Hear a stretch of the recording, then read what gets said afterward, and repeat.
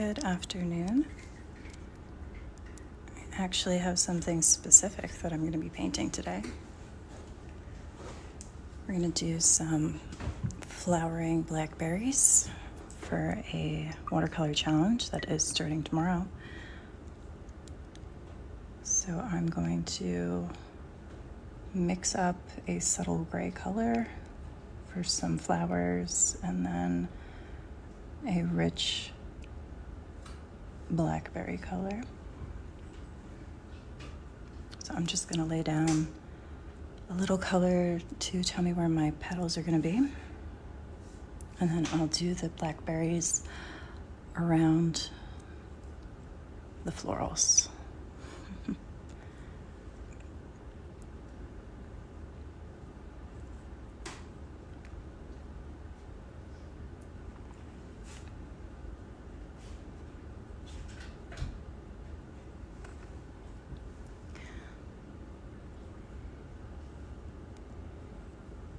I don't think I've ever painted flowering blackberries before.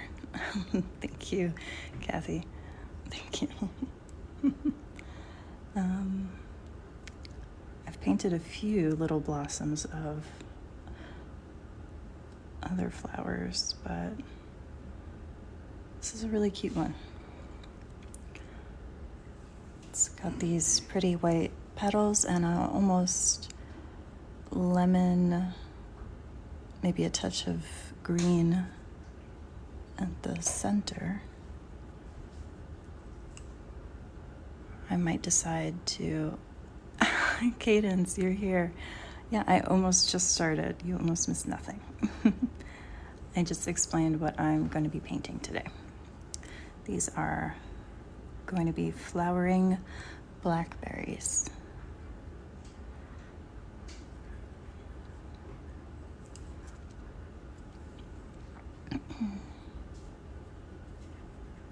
Okay, so that gives a rough guide for me.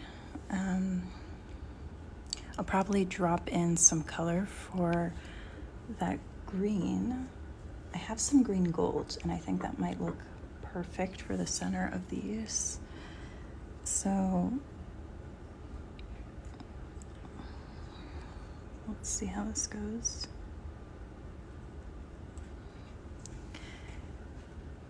I know some people are a huge fan of green gold, but it's not one of my favorite greens. It just happens to look perfect for the center of these flowers.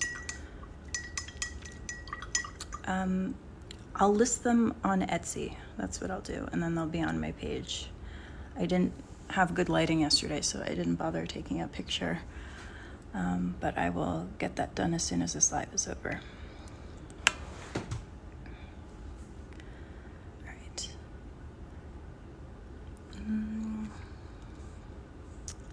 Okay. Thinking about placement.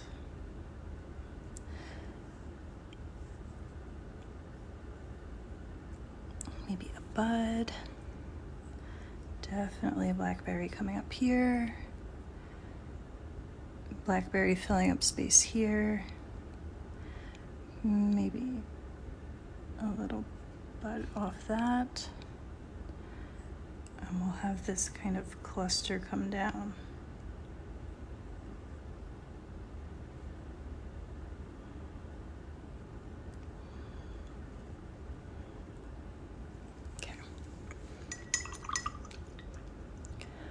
All right, thinking about what colors I want to start with for these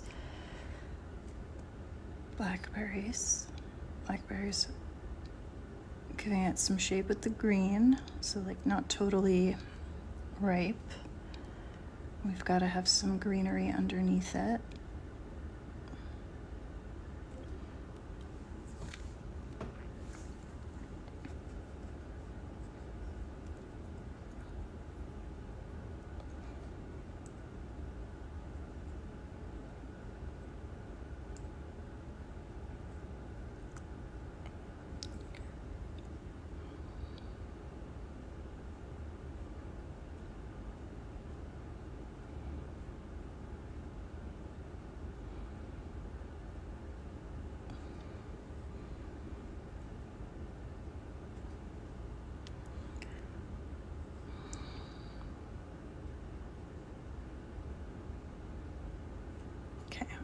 think I like that one. It's been a long time since I've done a berry like that. Gonna do a couple more here. Thanks, Maddie. Make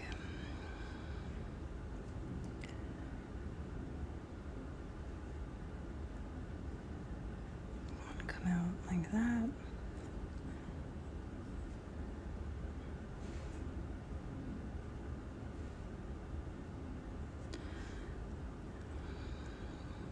Wanted to do a sort of bud, so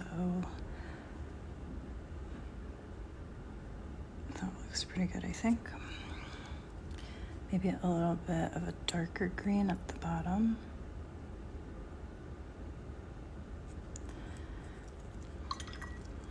And then get that same mix for this one. It's Payne's Gray and a little alizarin crimson.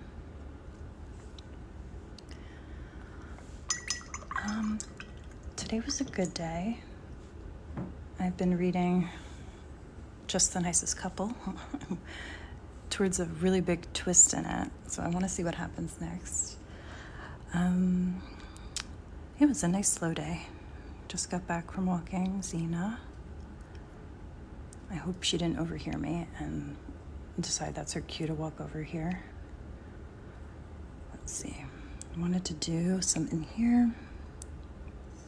Let's kind of have one that's looking at us, maybe. Some different perspective. And I'll put some little greenery behind it. Sneak one over here.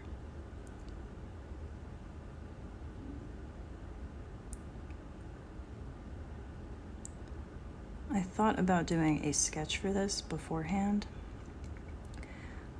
I just didn't have enough time before 4, so loose it is. Let's have another one down here. I really like this berry color.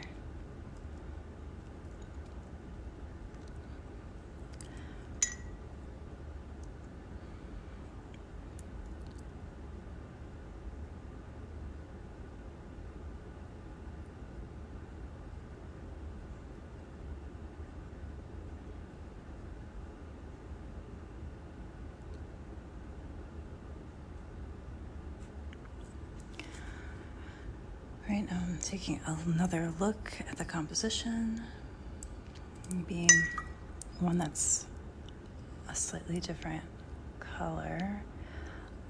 Actually, I don't listen to music. I don't think I ever have. I don't even listen to my audiobooks and paint.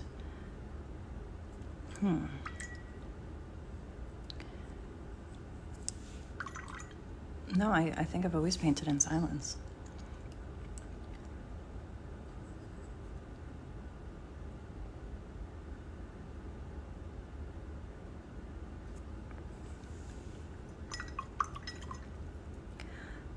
Well, I used to just paint after work, so for me, any other noise would kind of distract, because I've been hearing, kids all day long, so a little bit of silence is kind of what I needed.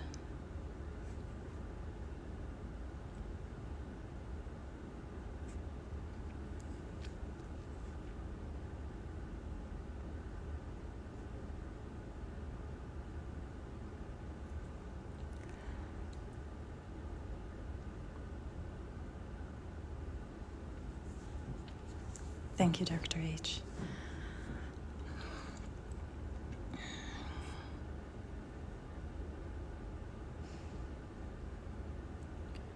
Definitely leaning into the loose color bleeds in this one.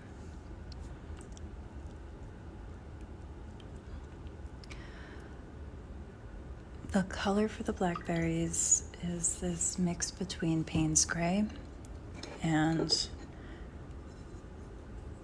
alizarin crimson, so I'm just kind of mixing almost equal portions, a little bit more alizarin crimson. And I've been painting for 3 years. I think what I'm going to do is now add a slightly darker green.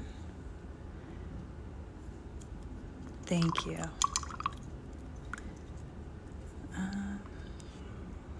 Like this one.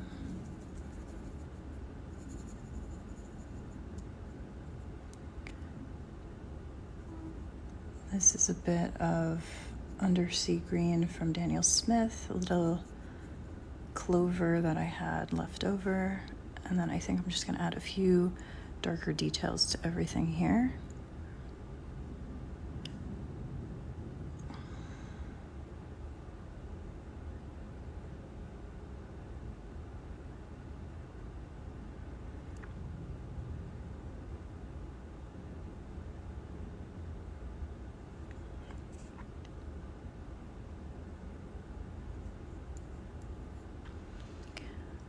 My best beginner tip would be practice, practice, and practice as much as possible. So if you can paint every day, even if it's 5 minutes, and paint small. So go for some small sheets of paper, cut up your paper. That I think goes hand in hand with practice as often as you can. So things to practice, whatever you're interested in, of course. If it's florals, paint florals in different styles. There's so many artists on YouTube. Tomorrow is Monday. I don't know. I might be back in time at 4. A friend wants to do some lesson planning, and we might still be out at 4.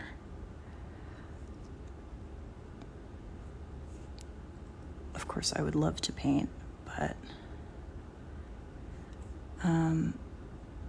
I have one painting that I have to drop off at the post office tomorrow. This is mostly for you, Cadence. So if you're interested in me getting that shipped to you as soon as possible, I'm not rushing you into a sale or anything, but I will.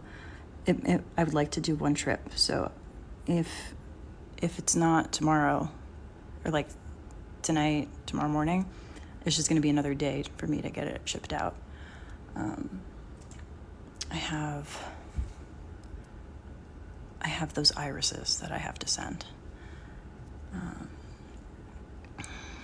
And I couldn't do it yesterday. Let me add some little details in here, just using the same dark green color I had. I don't think that's accurate to the flower, but it doesn't have to be. Just to give an impression. Yeah, I'll do it as soon as this live is over, and no rush in heading by or anything. But since I'm going to be out later in the afternoon, then it wouldn't be until Tuesday that I get out to the post office. And then I'll show it to you again. I have it off to the side. Okay, I think I like the berries. I'm not going to touch the berries. Brushes and colors. Yeah, you could start with Crayola, but if we talk about just paper, I have a few different types of paper that I like.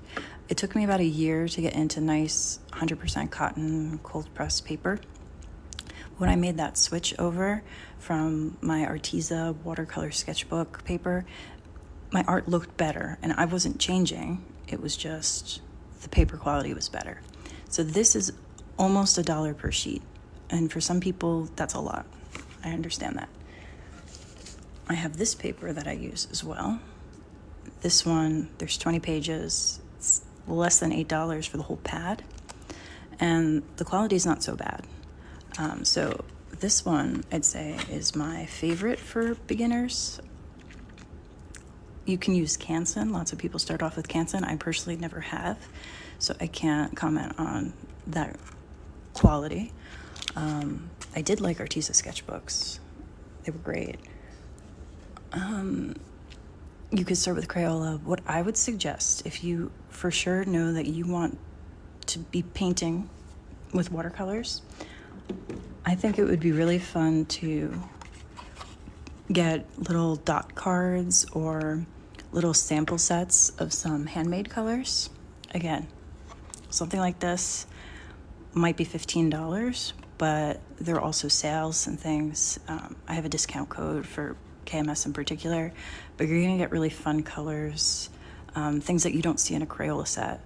And this one, KMS, typically has a mix of metallics. You can also request metallics, things like that, in like mystery dot cards, and that makes it cheaper. This is, I think, really fun. You're gonna get colors that you love to paint with.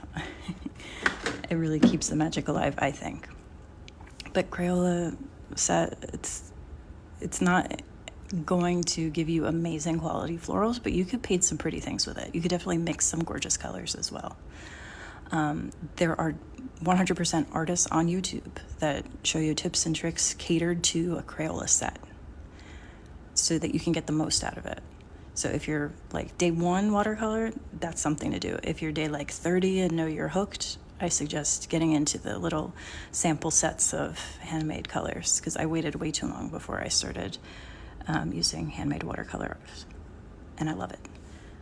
So I think there was another question in there. Do I use reference pieces? Sometimes I do.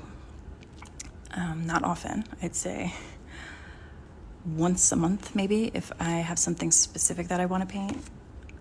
I looked at reference photos for tiger lilies for this particular piece, and that helped me kind of just first remember how many petals there were. I know the general shape, but it helps me with like the silhouettes and things like that. The twists in the leaves kind of reminds me how to do that. I don't do it a lot in my painting, so it helps me with that. Color, it's not 100% color accurate, but the lights and shadows and things like that.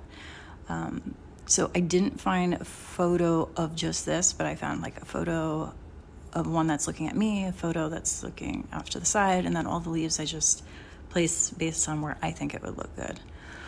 I will definitely sign that and get that listed ASAP. So I think that brings me to this one. I was thinking about kind of doodling, not with pen, but just with some of this blackberry color around some edges. I don't know. I don't want to overcomplicate it. I like it right now, so I think that means I should stop. But those petals are also very light. I think what I'm going to do is just leave it for now. And if I really feel like I have to go back and add to it, I can do that later. But just the simple thought of maybe I shouldn't go further means I should probably stop right now. So some flowering blackberries.